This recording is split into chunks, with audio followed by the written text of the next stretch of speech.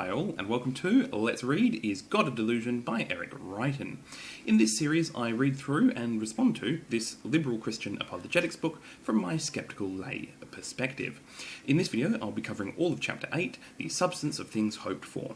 The chapter opens with Reitan reviewing where he thinks his arguments have taken us so far, that belief in a transcendent religious realm is reasonable.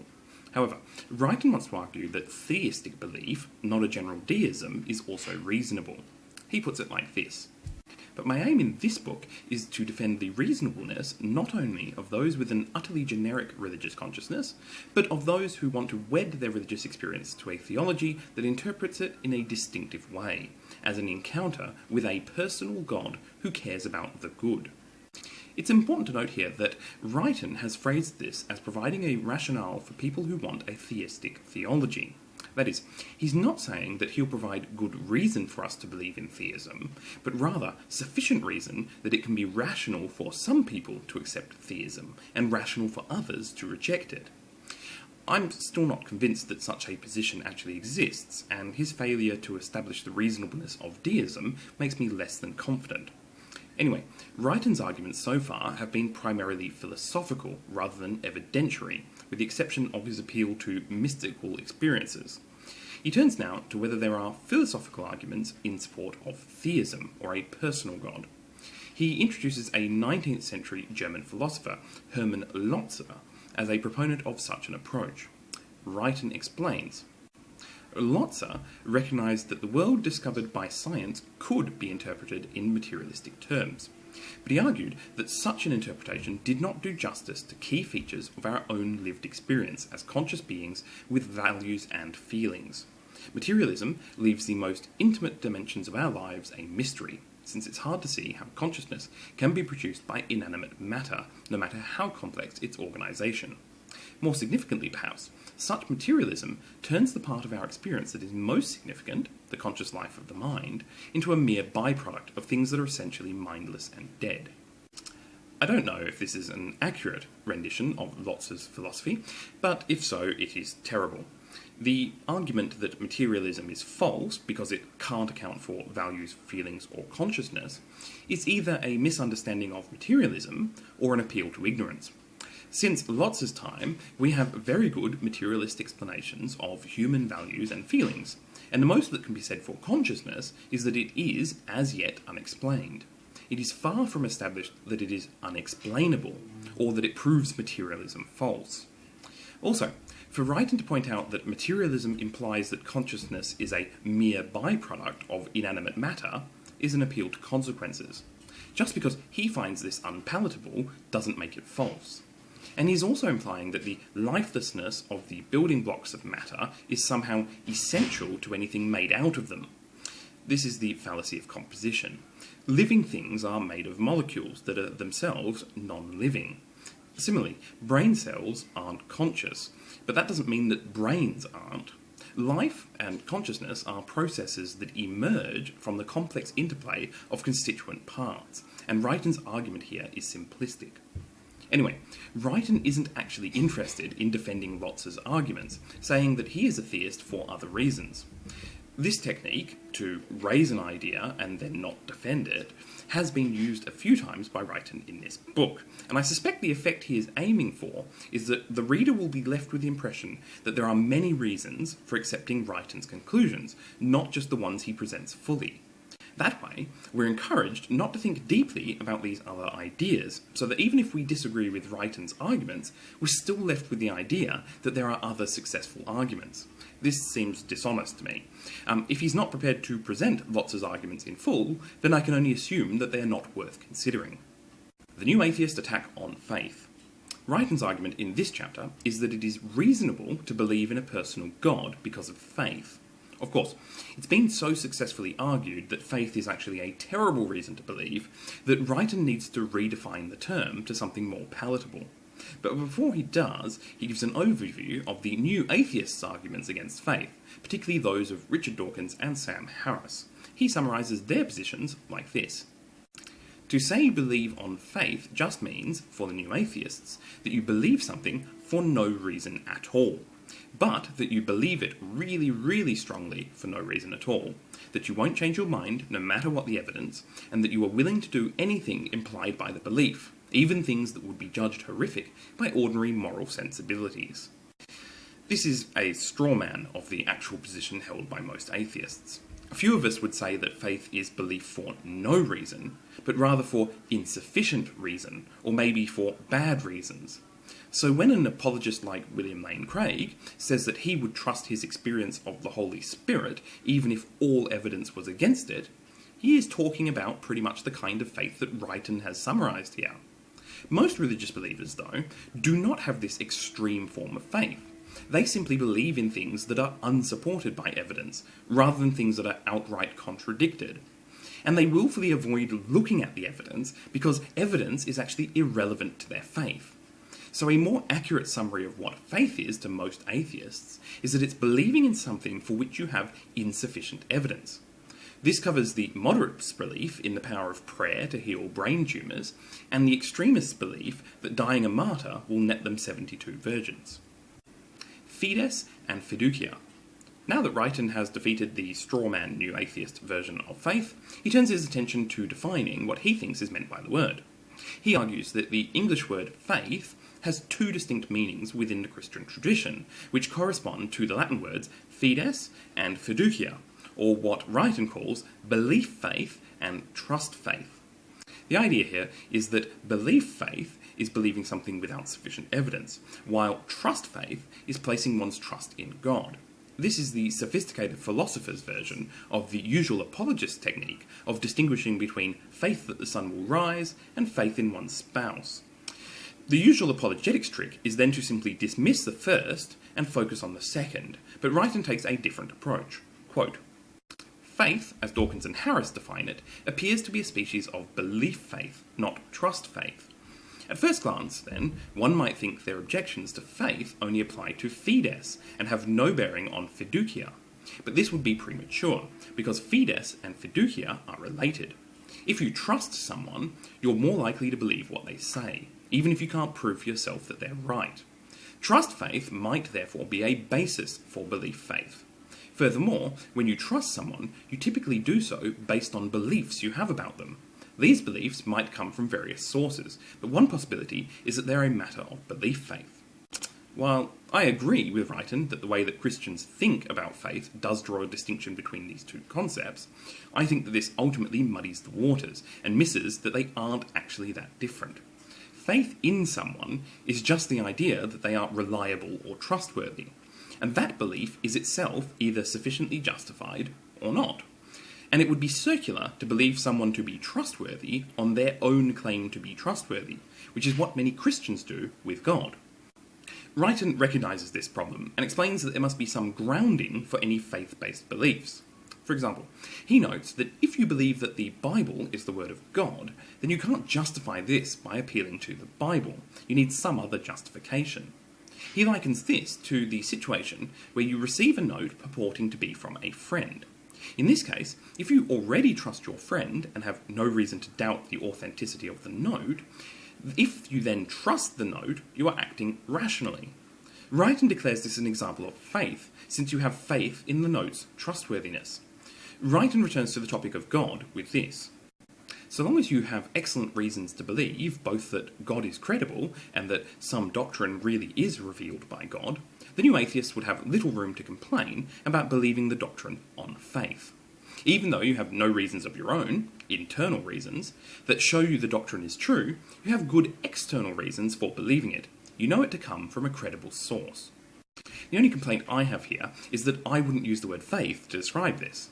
By calling this faith instead of trust or justified belief, Reitan is running the risk of suggesting that there is something else going on here other than a rational following of where the evidence takes us. If there was good evidence that God existed, and that he'd made some commandment, then I wouldn't need to believe the doctrine on faith, I would just accept it as proven. But other than this semantic difference, Reitan is correct. Faith, as trust in those things that have been established through evidence and argument, is exactly the kind of faith that everyone should accept. It's just not the kind of faith that most people have. Catholic faith. I'm not sure why, but Reitan feels the need to include a couple of sections explaining why he isn't a Catholic, and why he thinks Catholic faith isn't rational. He starts with the view that the Roman Catholic Church is God's chosen representative on earth. Quote, "The argument for this view typically begins with the claim that, were there a God, he would not only reveal himself and his will to the world, but would do so through a reliable and enduring vessel, one which would manifest its divine commission not merely by claiming to speak for God, although it would do that, but also through other clear signs. For example, its message would be consistent over time and logically consistent with what reason and evidence teach, even if it transcends them, and it would exhibit obvious outward signs of holiness and goodness." Reitan goes on that, of course, Catholics believe that their church uniquely fits these characteristics. That since it has remained consistent on its message, and has lasted as long as it has, that this means it is both reliable and enduring, as we should expect. I'm not going to bother refuting this here, as Reitan does a good enough job in the next section. What I do want to point out, though, is that it seems odd to me that if a universal good God existed, that he would choose to reveal himself to people through such a mundane instrument as a church. For all the talk of them being holy institutions, too often churches are just groups of people with all too obviously human failings. My personal view would be that a good God would make personal contact with each of us. Reitan's point in this section, though, is that Catholics have traditionally held that the evidence for God is not irresistible, but is plausible.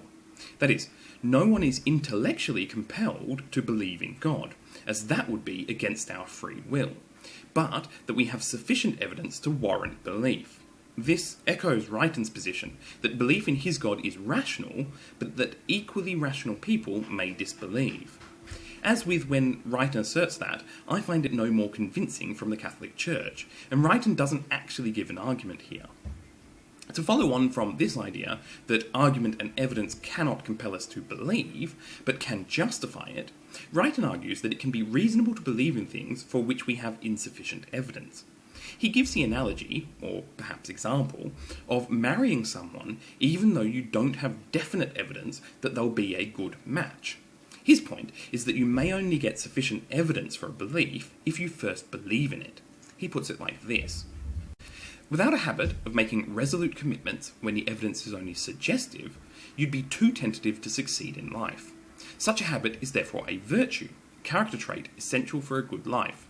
And so, if the evidence leans towards the Catholic Church as a credible religious authority, then perhaps trusting it resolutely is a virtue. By implication, it would be virtuous to believe church teachings even if you cannot see, based on reasons available to you, that the teachings are true.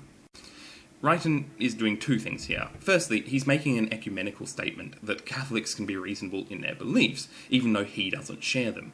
And secondly, he's laying out why rational people may disagree. Reitan's idea is that the evidence for some proposition may be inconclusive, and so rational people may choose either to believe or disbelieve, and that sometimes believing in an unproven idea can be a virtue. To this, I say, bullshit. There are two things going on in Reitan's argument that need to be separated. First, we often have to commit to courses of action without all the information we would like. No one knows before they get married whether it will work out. But that doesn't mean we must have faith that it will. We can simply evaluate the evidence we have, conclude that it seems likely that it will, and take a chance. Reitan is confusing the psychological necessity to sometimes act as if something was certain with the philosophical position of asserting that it is certain. For example, sports people may need to convince themselves they're going to win the match, but this is just a psychological trick to enhance their performance. Just because someone has convinced themselves they are going to win doesn't mean they will then bet their house on the outcome, as they can still rationally assess the situation. This is just a quirk of human psychology. The second thing that Reitan is doing is neglecting the burden of proof. If the evidence for a position is inconclusive, then the rational position is to disbelieve. Period. Believing in things for which there is only suggestive evidence is faith, in exactly the sense that atheists mean, and believing things on faith is never a virtue, only irrational. The failure of the Catholic view of faith. Since Reitan isn't a Catholic, despite taking an ecumenical stance that such beliefs can be rational, he wants to explain why he doesn't accept them. The obvious objection to the idea that the Catholic Church is clearly a holy institution is that it has a record that seems much more suited to a purely human institution. Reitan puts his doubts like this: "And when it comes to believing that a terrestrial institution speaks for God, I'm hesitant to endorse the idea that it's a virtue to make a wholehearted commitment based on evidence that's mixed. To the extent that the link between the Church and God can be questioned, there's a real risk that trusting the Church, as if it were the voice of God on earth, amounts to investing in a fallible human institution the kind of trust that simply cannot be borne by anything merely human. The result may be faithful obedience to commands that, in retrospect, history can only judge with horror." This is a pretty quick about-face. It was only a page ago that Reitan was saying it could be a virtue to trust a church based on inconclusive evidence. And in taking this position here, he is rejecting the idea of trusting on faith whenever something is at stake, as if it is the potential for harm that makes such faith a problem. But the real problem is not just that terrible things can come from such faith, but that faith itself is a bad way of discerning that which is trustworthy. Reitan goes on to acknowledge exactly this, saying that while we should trust credible authorities, we shouldn't do so without question. The logical conclusion to this line of argument is that we should trust them to the degree that we have evidence that they are trustworthy. And to apportion our beliefs to the evidence is precisely the opposite of the faith that Reitan is pushing here. Of course, Reitan misses this point, but he does at least recognise that the Bible itself is also not obviously of divine origin. He puts it like this: "It's far from obvious that anything in this world is the kind of incontrovertible witness to its own divine origins that the First Vatican Council took the Church to be, and that Protestant fundamentalists take the Bible to be. And so, the deep problem with religious faith conceived in this sense is that there's nothing in the world that looks enough like a vessel of divine revelation to justify the potentially dire consequences of guessing wrong." Ironically, although Reitan sees nothing in the world as obviously of divine origins, he spent most of the last chapter arguing that mystical experiences are obviously encounters with the divine. Of course, Reitan would argue that these experiences aren't in the world, but I'm not sure where else they would be. Reitan closes this section by noting that if salvation depends on holding the correct beliefs, as many religious people think, that the presence of multiple localized religions means that most people will be denied salvation simply through the misfortune of bad geography. This seems to Reitan, and to many non-theists, as incompatible with a benevolent God. Reitan's solution is that perhaps salvation doesn't depend on our beliefs. A Lutheran Alternative. To lay out his theology of salvation, Reitan turns to 16th century theologian Martin Luther, best known for starting the Protestant Reformation. Reitan's explanation of Luther's theology is that all humans have a sinful nature, as demonstrated by our inability to be perfectly good in thought and deed. This sinful nature, according to Reitan's take on Luther, prevents us from experiencing true happiness, and so we need to be saved from it. The only way that we can be saved is by putting ourselves in God's hands, that is, by having faith in God to save us. Reitan puts it like this: "Faith, in Luther's sense, is far more like trusting the pilot of an airplane to get you to your destination than it is like trusting the credibility of a supposed authority. Arriving at your destination does not depend on anything you do. It certainly doesn't depend on believing the right kinds of things about the pilot. Your safe arrival depends, instead, on what the pilot does."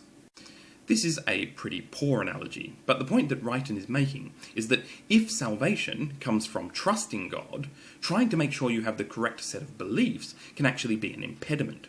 That is, trusting the Bible as the only source of revelation, or the Catholic Church as divine representative, is like trying to fly the plane yourself. You risk worrying too much about your beliefs, and in doing so, not being saved. This is not Luther's theology, but Reitan's. The final point he makes in this section is that if we are all sinners in need of redemption, and a single holy book or church is unlikely to be God's means of revelation, then how would he reveal himself to us? Reitan thinks this would be through love. Love and revelation. The first way in which God might reveal himself is through mystical experiences that Reitan has already covered in the previous chapter. However, Reitan's response to the problem that such mystical experiences are rare is that God would want to teach us, and that these religious experiences aren't pedagogical enough. That is, since Reitan thinks God is love, therefore God would want to teach us how to love. At this point, I wondered why Reitan spent an entire chapter defining his God as that which fulfills our ethico-religious hope, if he was just going to fall back on deepities like God is love. And I'm beginning to wonder if he plans to actually back up any of his speculation with evidence or argument, as he's given none so far. Anyway, Reitan puts his views about God's chosen method of revelation like this. I would argue that it is in experiencing this exalted neighbour love from both sides that a loving God is most perfectly revealed. Does it really make sense to suppose that, if God is love, his chosen vessel of revelation would be an institution or static text? Doesn't it make more sense to suppose that, in those moments when our capacity to love bursts through the usual layers of fear and self-absorption, we become the revelation of God? When Reitan says he would argue, he really means he'd assert. The total argument he's given so far is, I think God is love, so it seems to me that he'd be one way and not another. Remember, this is after Reitan has argued that since God would be transcendent, he would be unlike anything in ordinary experience, and we should be cautious when making assertions about God's nature. Reitan spends the rest of this section explaining how, if God was most interested in teaching us to love one another, he would not reveal himself through a book or a church, as these would get in the way. And that if we give up these sources of divine revelation, we also need to give up the idea of a single correct way of believing, which is ironic, since he's arguing for his exclusive view about salvation and revelation. Reason or trust. This section he opens by anticipating an objection from Dawkins, but it's certainly not the objection I think he'd make. The objection I'd make at this point, leaving aside all my disagreements from previous chapters, is simply to ask what evidence Reitan has that God is the way he thinks he is. But Reitan phrases this objection in a convoluted way about what his grounding is for his religious beliefs and presuppositions about God. His response to this hypothetical objection is to return to the aeroplane analogy. He says that when you trust the pilot of a plane, it's because you have a number of other beliefs that justify this. That planes have pilots, that airlines ensure their pilots are qualified, etc. The idea is that it's not irrational faith, but rather justified. What about God? Reitan puts it like this. But when it comes to trusting God in the way I've proposed, we need a complex framework of grounding beliefs. And if you set aside, as I have done, the authority of religious institutions and texts, it becomes hard to claim that these grounding beliefs are based on the weight of reason and evidence. And so, doesn't my favoured version of trust faith presuppose beliefs that can only derive from the motivated credulity that the new atheists despise? I couldn't have put it better. In previous chapters, Reitan has already acknowledged that there can literally be no evidence for or against his God, as his God is transcendent. Of course, he's not quite stuck to that line, but even since then, he's claimed that at best his arguments aren't strong enough to compel belief. So if he hasn't met his burden of proof, isn't any belief in God just wishful thinking? Reitan says no, turning to philosopher Alvin Plantinga's Reformed epistemology. The way Reitan explains it, the idea is that religious beliefs, that God exists, that he loves us, etc., actually come from a divine sense, analogous to our other senses. Just as we tend to trust our vision, or hearing, we should also trust our divine sense that tells us that God exists. There are many, many problems with this, and I've explained some of them in my response to chapter 7. But I also think that Reitan isn't portraying the full complexity of Plantinga's arguments. And none of it matters, as Reitan, again, isn't actually interested in defending this view. He spends about a page on it, but ultimately says that he doesn't accept it and has other reasons. Pragmatic faith. So, what are Reitan's reasons for his beliefs about God? His proposal is that we arrive at our religious beliefs firstly by some intuition that there is some meaning or purpose, or a feeling of ultimate justice. Then we're exposed to others' religious beliefs through churches or conversations. Then this happens. And we pause and think. It could be true. My experience is as consistent with this account of things as it is with any other. And we pause again. And imagine what it would be like to experience the world through the lens of this story. and we prefer who we are when we see the world in this way. We like better what the world and our experience means, and it could be true. And so we choose to live in hope. This sounds exactly like the motivated credulity of the last section, and even Reitan notes that this looks a lot like wishful thinking. In response to this, he returns to the aeroplane analogy and presents a tortuous scenario in which someone claims to be a pilot during a mid-air emergency. Reitan's argument is that we might have to just have faith in this person as there is little alternative. Returning to God, he puts it like this. The sense of faith I am proposing here is what Richard Swinburne, 1981, calls pragmatic faith. In describing such faith, Swinburne focuses on the person who believes that long-term and deep well-being for himself and others are only to be had if there is a God who provides such well-being in this world and in the world to come. This person acts on the assumption that there is a God, for unless there is, that which is most worthwhile cannot be had. This is nothing but an extended appeal to consequences. So what if you can't have long-term and deep well-being without him? That hardly means God must exist, or is even likely to exist. At best, this is an argument for the way that we should act, not what we should believe. Perhaps my long-term happiness is only possible if I win the lottery tomorrow. Doesn't mean it's going to happen, and isn't even a good argument for acting as if it will.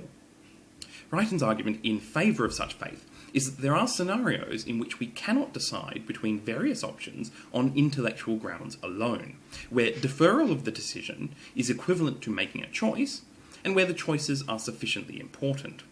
In these cases, according to Reitan, we must use faith to decide between the options, as there is no rational choice between them. To illustrate this, Reitan returns to the example of marriage. Suppose that someone has already had a failed marriage, but now has a new partner who seems ideal. In this scenario, the evidence of their feelings are countered by their past failed marriage, so that neither option is rationally more compelling. But putting off the decision is equivalent to choosing to not get married, and clearly this is a significant life choice. So, how should they decide? Reitan answers like this. In this case, William James argues, your passional nature not only may decide the matter, but must. You can marry in the hope that you'll enjoy the benefits of a happy marriage. Or you can choose not to marry, fearful that you'll experience another bitter spiral of conflict and dissatisfaction. But you must choose, and you cannot choose on the basis of reason and evidence. You must act as if one or the other possibility is true. I'm not sure if Reitan means this as an actual example or just as a thought experiment. If the former, then this is a false dichotomy, as there are plenty of positions between this marriage will be perfect and this marriage will be terrible. Examples of more reasonable approaches are things like prenuptial agreements, marriage counselling, and long engagements as a way of finding out more about each other. The pragmatic approach of hoping for the best but planning for the worst is directly contrary to what Reitan is saying here. Perhaps, though, Reitan is just using this as an analogy for belief in God. He argues the theist position like this. Human experience, both empirical and religious, is open to multiple interpretations. We live in a universe that, in John Hick's words, is religiously ambiguous, capable both of being seen as a purely natural phenomenon and of being seen as God's creation and experienced as mediating God's presence. And these views hardly exhaust the options, as Hick himself would admit. Human experience does not demand one specific worldview, but is compatible with many alternatives. The problem with moving from a decision to marry or not to a decision to believe in God or not is that there is a clear null hypothesis here. The rational position is to disbelieve in any entity for which there is insufficient evidence. And when Reitan describes the world as being open to multiple interpretations, he concedes that there is no compelling evidence for the existence of a God. To believe anyway is irrational. The Ethico-Religious hope revisited. In this section, Reitan returns to attacking the kinds of religion that he doesn't agree with, primarily belief in God that is motivated by fear of a divine tyrant. His argument here is that the genuine religious experiences that he discussed in last chapter all involve contact with a divine reality that is fundamentally hopeful, and that hope for a reality that is ultimately good is incompatible with an angry, vengeful God. These are the same points that he's made repeatedly throughout this book. And again, it rests only on simply excluding any dissenting view, rather than showing why it is wrong. That is, his only reason for saying that other religious views are incorrect is because he doesn't like them, which is the problem of religious moderation in a nutshell. Anyway, there is a passage in this section in which Reitan muses about the effects of an atheist view of the universe. Quote, "The experience of life given by a stripped-down empiricism may lie behind much of what we think of as sin. In the face of an indifferent universe, we scramble for security, for enough material possessions to weather the vicissitudes of fate, enough power to control our destinies. In a world of limited resources, we jostle for more, careless of how others are hurt. We form cooperative groups to promote survival, but other such groups become rivals and therefore enemies. We vilify and dehumanize them." This is one of the most worn apologetics cliches, and is unworthy of Reitan's professed respect for non-theists. There is no evidence that a naturalistic view of the world is linked to less ethical or more criminal behaviour. The perpetrating of such behaviour seems, if anything, a simple consequence of human nature. Just as we can be compassionate, cooperative, and caring, we can be cruel, competitive, and unkind. And there is some reason to suspect that religion tends to exacerbate rather than reduce such bad behaviour. Violent competition between people seems to be a function of scarcity of resources, and many religious traditions have taught the scarcity of salvation. Such beliefs fuel unnecessary human conflict that seeks to secure membership in the chosen few. Atrocities as a result of actually scarce resources are bad enough, but as a result of theologically driven hypothetical resources is not usually caused by a naturalistic worldview. The logic of faith. In this final section, Reitan lays out the basis on which he feels that he can criticise other religious people.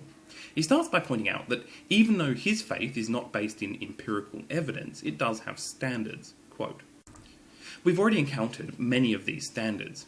Religious faith involves embracing a hopeful interpretation of the world encountered in experience. As such, it must be true not only to the content of the religious experiences that give it birth, but also to the empirical facts. If it rejects the empirical facts, as young Earth creationists do, it isn't providing a hopeful interpretation of this world at all, but of some fantasy."